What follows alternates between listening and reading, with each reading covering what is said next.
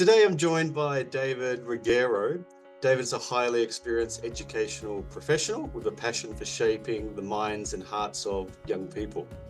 As the principal of an E12 all-boys Catholic Dominican school, he has dedicated his career to fostering a culture of excellence in academics, well-being and faith. David believes that education should be holistic and is not only just about academic excellence, but also about developing good character, strong values, and a constant striving for the truth. David, welcome and thanks for joining us. Thanks, Michael. Lovely to be here. Yeah, you start off by just telling us a little bit more about your background and what led you to pursue a career in education. Yeah, I think when I reflect back, to be honest, it began in year 12. My year 12 biology teacher.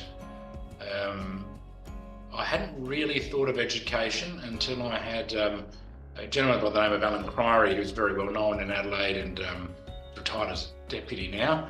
But Alan wrote the book on year 12 biology, and his enthusiasm and passion for biology inspired me to commence a journey at university in science and biology and become a teacher in the areas of science and maths and IT. So I actually owe it to Alan, the inspiration of a teacher. Damn, that's what started it. We love having those teachers in our life that go somewhere.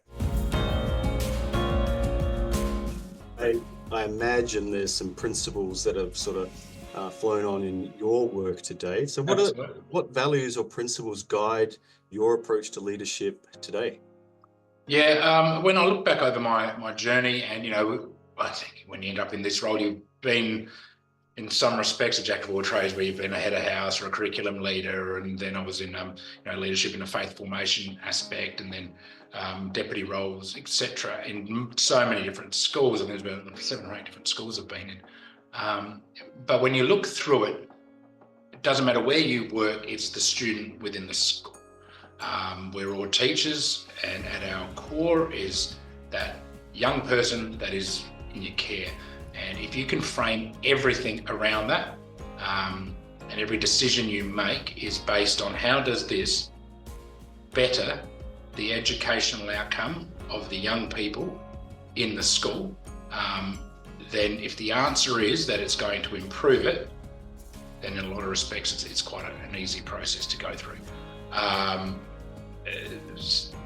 For me, the principle of the young person, and also that principle of integrity and truth. Being a Dominican school, it's something that has been instilled in us, and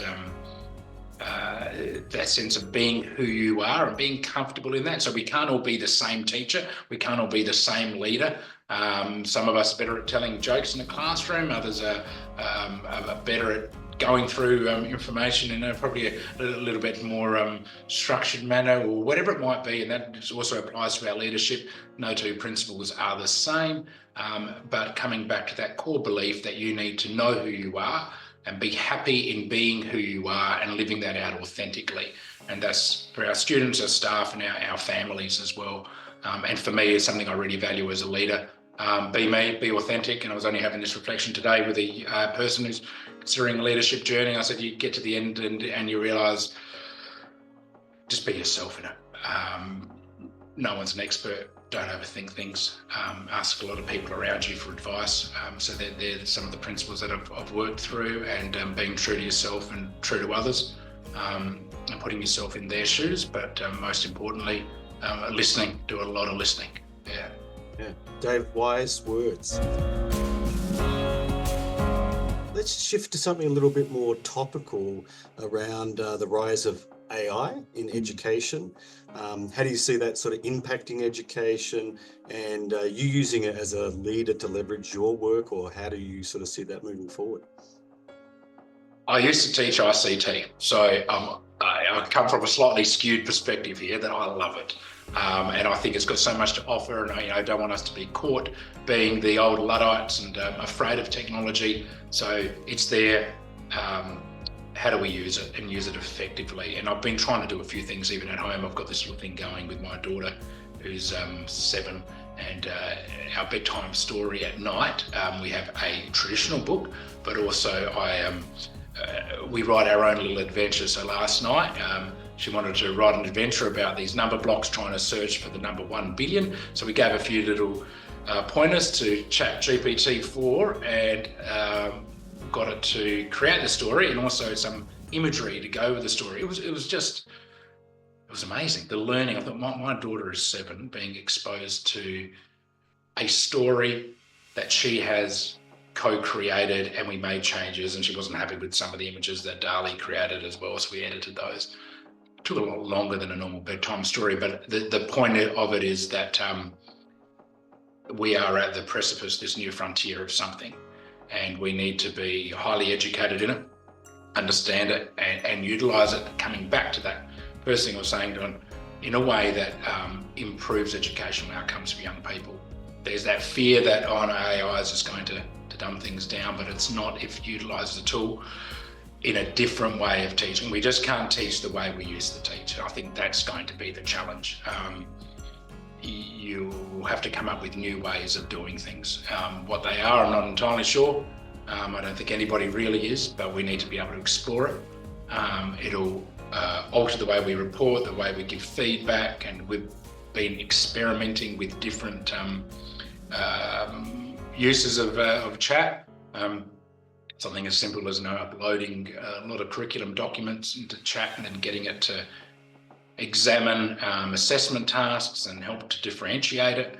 If you can end up with a better task, our nutrition teacher up year 11, who's also a deputy, has been playing around with differentiated tasks, and the outcomes for the boys tremendous, because let's face it, ChatGPT is able to give me as an educator more insight and more ideas than I could have ever possibly created in my own mind, or even in a group. So if you get together as a group of educators and you utilize ChatGPT as a way to be able to fuel those conversations, to provide you with ways of thinking that you'd never thought of before, that then leads into new ways of learning and teaching, I think it's a huge win for everyone, and a time saver as well in areas that we might be caught just doing the same repetitive task or analysing a financial statement.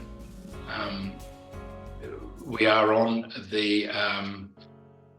we're at a new frontier that is incredibly exciting. So I'm looking forward to it, and we're also using it for our data analytics, our learner profile, scraping data. I met with our IT head yesterday, looking at how we're scraping data from hundreds of different data points and using it through our AI to be able to give us students at risk profile.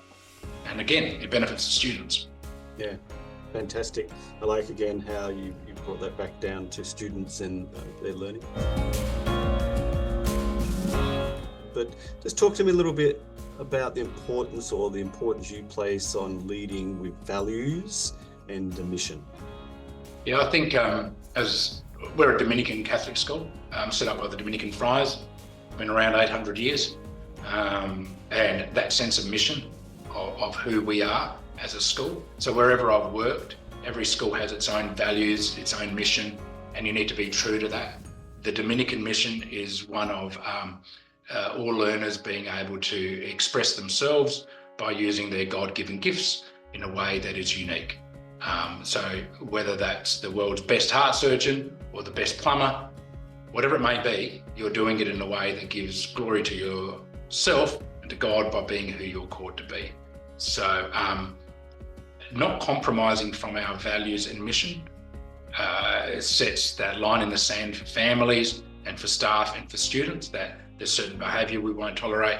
There's certain relationships with families that, if you are not going to be respectful to us as a school, well, then maybe we're not the right place for you either. So, being able to manage that with our staff. Teaching is an incredibly challenging environment.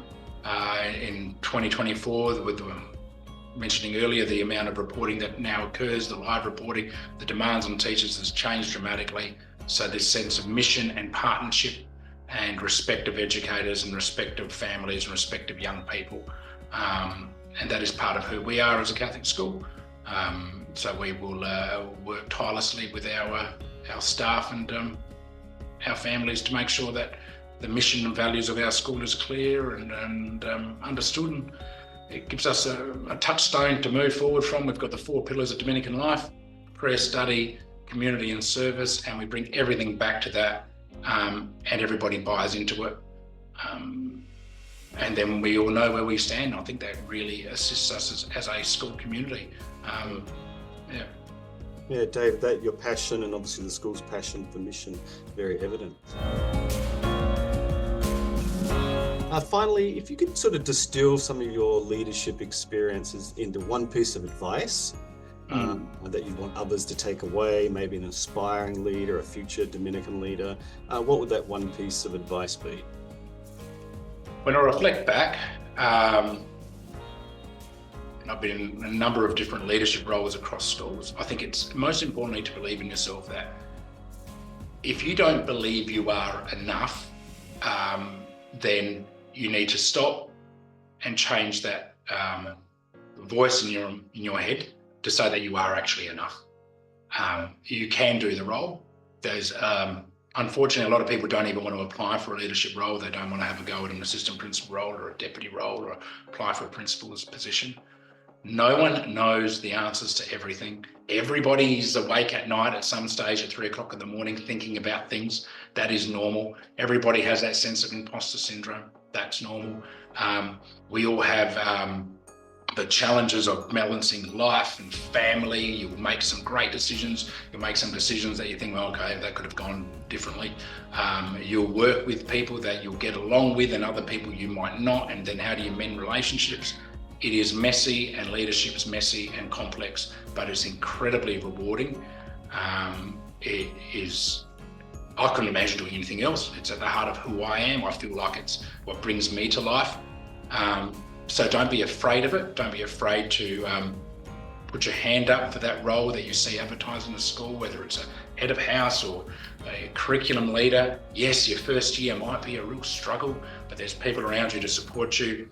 There's the intellectual, which you'll gain that along the way. You'll be able to glean information as you go as well within that journey.